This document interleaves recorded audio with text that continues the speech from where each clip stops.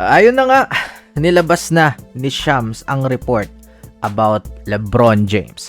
Maglalaro pa ito this season, pero hindi na sa Lakers. In-inform na ni Rich Paul ang kampo ng Lakers na si LeBron will play elsewhere.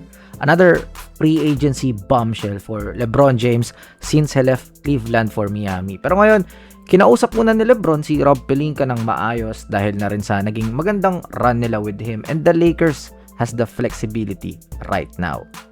Record-breaking 24th season sa NBA para kay LeBron at the age of 41. Hindi pa rin siya tinatawag ng panahon. Maglalaro pa rin ang Lolo Bron ninyo. Pero ang lungkot nito sa mga Lakers fan, tapos LeBron fan at the same time. Ang gulo nga sa group chat namin ngayon kahit hating gabi. Kasi merong patay na patay talaga kay LeBron. Tapos puro Lakers fan yung nasa GC.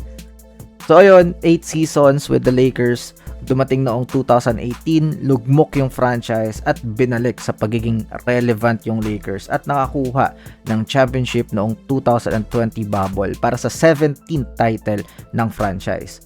Played 479 games para sa Purple and Gold, averaging 25.9 points, 7.7 rebounds, and 7.9 assists per game. Tunay na quality ang dinala sa city ng LA. Also, naging saksi rin ang lugar na to nang makuha niya ang all-time scoring record. Isang once-in-a-lifetime achievement and ilang generation pa ulit bago to mabasag. Depende kung merong player na maglalaro ng ganito katagal. Pero sa pace ng basketball ngayon, this record is kinda unbroken, to be honest. Siguro kung 10 years pa maglalaro si Curry tapos tira ng tira sa tres. Pero ayun, last season, he embraced na maging third option nung dumating si Luka Doncic or second option. Basta, hindi na siya yung main guy. Pero despite ng sinasabi ng science about sa katawan ng basketball player, nag-average pa rin ito ng 21 points, 6 rebounds, and 7 assists sa loob ng 60 games.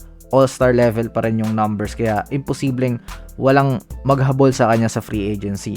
Lalo na yung balitang willing siya to sign a friendly deal. Nitong playoffs lang, nung wala si Luka, nanalo pa sila ng isang series kontra sa Houston Rockets. Kaya pa rin talaga. So, a bittersweet departure na nagregalo ngayon sa Lakers ng clarity na kailangan nilang malaman agad kasi nga aandar na yung free agency mamaya. Medyo nade-delay yung mga moves kasi waiting sa kanyang desisyon, and pasalamat rin yung Lakers na before the free agency starts talaga sinabi ni LeBron. Tas yun nga, cap relief din kung saan makakakuha na sila ng center na kailangan ni Luka Doncic.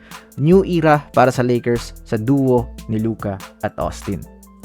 Ang tanong ngayon, kung saan maglalaro si LeBron James. Ang daming pag-uusapan ng mga tao ngayong araw. Miami Heat to win a ring with Giannis? Balik Cleveland? Or ang latest with the Warriors to finally team up with Steph Curry?